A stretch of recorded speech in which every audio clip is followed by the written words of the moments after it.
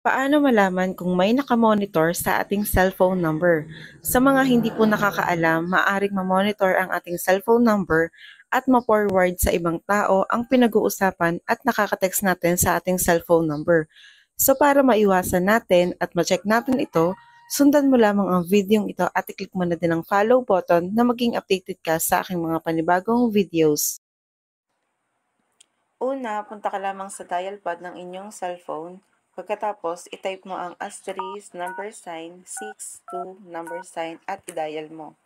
So guys, dito, lalabas dito yung status ng inyong cellphone number. So kapag nakalagay dyan ay call forwarding, tapos meron kayong nakitang number ng iba, ibig sabihin may nagmamonitor sa inyong cellphone number.